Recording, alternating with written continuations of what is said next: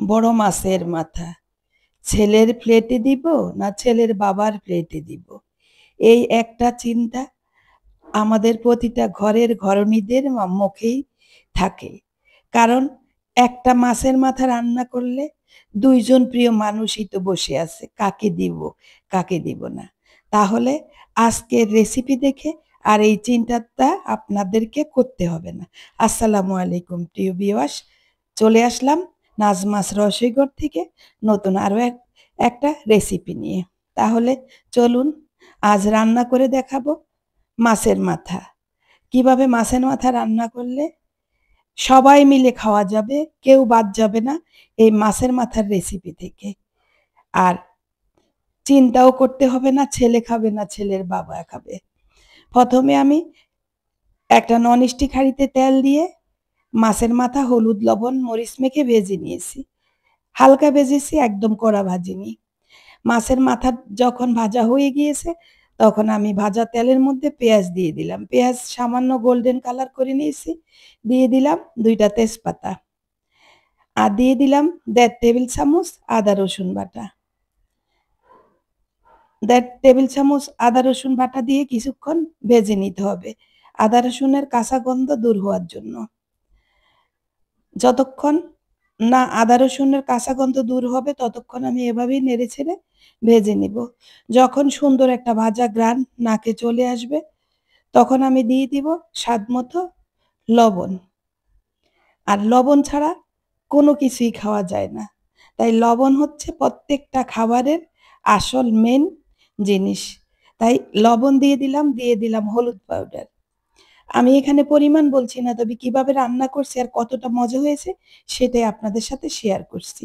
মরিচ পাউডার, ধনিয়া পাউডার, জিরা পাউডার দিয়ে আমি 1 মিনিটের মতো তেলের মধ্যে ভেজে নিব। আর এভাবে ভাজলে একটা সুন্দর কালার আসবে। দিয়ে দিলাম সামান্য গরম পানি। এখানে একটা টিপস বলে দেই, রান্নাতে সবসময় গরম পানি দিতে হবে।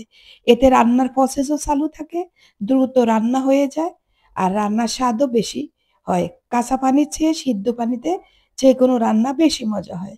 এখন পানিটা আমি ভালোভাবে নেড়ে-চেড়ে শুকিয়ে নিব মসলা থেকে। একদম মসলার উপরে যখন তেল ভেসে এসেছে এখানে দিয়ে দিলাম আমি 250 গ্রাম মুগ ডাল।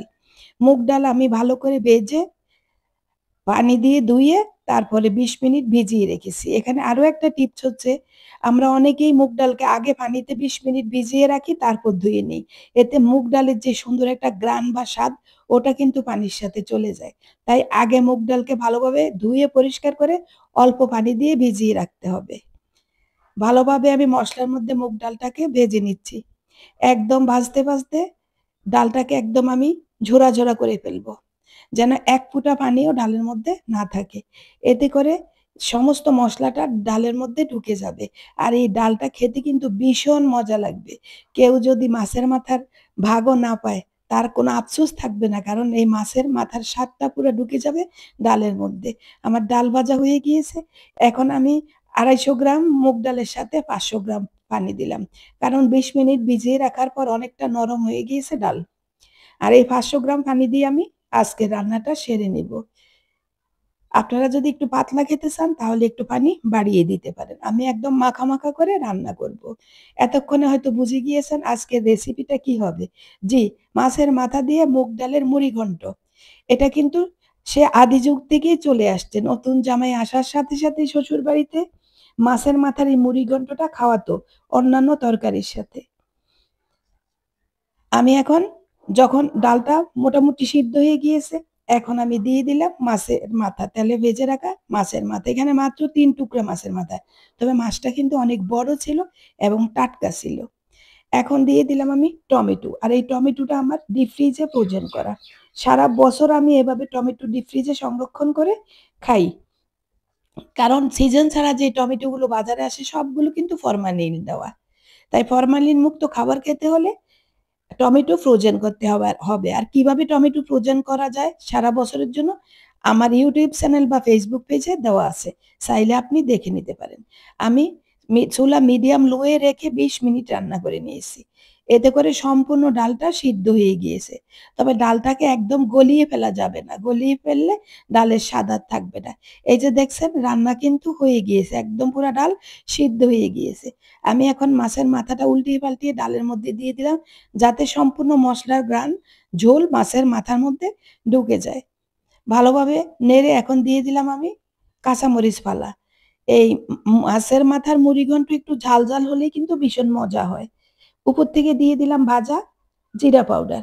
আমি সবসময় জিরা ভেজে এভাবে পাউডার করে রেখে দেই আর তরকারির উপরে দেই। চাইলে আপনারা এখানে ধনিয়া পাতাও দিতে পারেন। আমি কিন্তু আজ আর ধনিয়া পাতাটা দিলাম না। কারণ ভাজা জিরার গুঁড়ার ঘ্রাণটাই যেন খেতে পাওয়া যায় সেজন্য। একদম রান্না আমার শেষ। তাহলে Facebook পেজ থেকে যদি আজকের রেসিপি দেখে থাকেন, ভালো লাগলে লাইক, কমেন্ট, শেয়ার করে পাশে থাকবেন। আর YouTube চ্যানেল থেকে যদি আপনি নতুন হয়ে থাকেন, আমার রেসিপি যদি ভালো লাগে আমার চ্যানেলটি সাবস্ক্রাইব করে বেল বাটন অন করে রাখতে পারেন। সবার আগে নোটিফিকেশন পৌঁছে যাবে আপনার কাছে। আমার মাছের মাথা আর মুগ ডালের মুড়িঘন্ট হয়ে গিয়েছে। এখানে আরো একটা রেসিপি ছোট করে আপনাদের সাথে শেয়ার করছি। একটা মজার রেসিপি এবং খুবই প্রিয় একটা খাবার আমার। ১ম এ আমি একটা ননস্টিক হাঁড়িতে তেল দিলাম। তেলের মধ্যে বেশ কিছুটা আমি পেঁয়াজ দিয়ে দিলাম। আর পেঁয়াজটাকে ভেজে আমি একটু নরম করে নিব। যখন পেঁয়াজটা নরম হয়ে গিয়েছে তখন তার মধ্যে দিয়ে দিলাম আমি ১ টেবিল চামচের মতো আদা রসুন বাটা। এখানে ১ টেবিল চামচের মতো আদা রসুন বাটা দিয়ে ভালোভাবে আমি ভেজে নিব যাতে কাঁচা গন্ধটা দূর হয়ে যায়। ভালোভাবে কিন্তু আমার নাড়তে হবে। চুলা মিডিয়াম হাই এ রেখেছি। সবাই রান্না পারে, তবে সব ভিন্ন, ভিন্নভাবে রান্নার রেসিপি সবাই শেয়ার করে। আমিও শেয়ার করলাম। আমার মসলা ভাজা হয়ে গিয়েছে। এখন দিয়ে দিলাম আমি টমেটো। ওই যে বলেছি এই টমেটোগুলো আমার ফ্রোজেন করা ফ্রিজে। সারা বছর একদম টাটকা টমেটোর মতো খাওয়া যাবে। টমেটোটা দিয়ে আমি মসলার মধ্যে ভেজে একদম গলিয়ে নিব। প্রিয় ভিউয়ার্স, আমি রান্না শিখাচ্ছি না। তবে আমি কিভাবে রান্না করছি সেটা আপনাদের সাথে শেয়ার করি। আর এইভাবে যদি একবার হলেও রান্না করে খেয়ে দেখেন, সেই স্বাদ, সেই মজা আপনি বারবার আমার কথা মনে করবেন এবং যাদেরকে রান্না করে খাওয়াবেন তারাও আপনার প্রশংসা করতে বাধ্য হবে। জি, আমি এখানে রান্না করব লইট্টা মাছ। এখন আমি লইট্টা মাছগুলো দিয়ে দিলাম। আর এই লইট্টা মাছগুলোর আমি ০.৫ ঘন্টা মেরিনেট করে রেখেছি। হলুদ, লবণ, মরিচ, ধনিয়া, জিরা, আদা রসুন বাটা আর সামান্য সাদা তেল দিয়ে ভালোভাবে মেখে আমি ০.৫ ঘন্টা মেরিনেট করে নিয়েছি। এখন ভাজা মসলার মধ্যে দিয়ে দিলাম। লইট্টা মাছ থেকে কিন্তু ভীষণ পানি বের হয়। তাই সাবধান, লইট্টা মাছে কখনো বাড়তি পানি দেওয়ার দরকার নেই। এখানে আমি যে বাটিটায় মেরিনেট করেছি সেই বাটি ধুয়ে সামান্য একটু পানি আমি দিয়ে দিলাম। এখন হালকাভাবে এভাবে আমি নেড়ে দিব। এই অবস্থায় পরবর্তীতে কিন্তু আর লইট্টা মাছ নাড়ানো যাবে না। না হয় কাঁটা বের হয়ে যাবে। এভাবে আমি একদম ভালোভাবে হাতল দিয়ে বসিয়ে দিলাম মাছটাকে ঝোলের মধ্যে, যাতে সম্পূর্ণ মাছটা সিদ্ধ হয়ে যায়। এখন চুলা মিডিয়াম লো এ রেখে আমি ২০ মিনিটের মতো রান্না করে নিব। ২০ মিনিট পর আমি ঢাকাটা উঠিয়ে নিচ্ছি।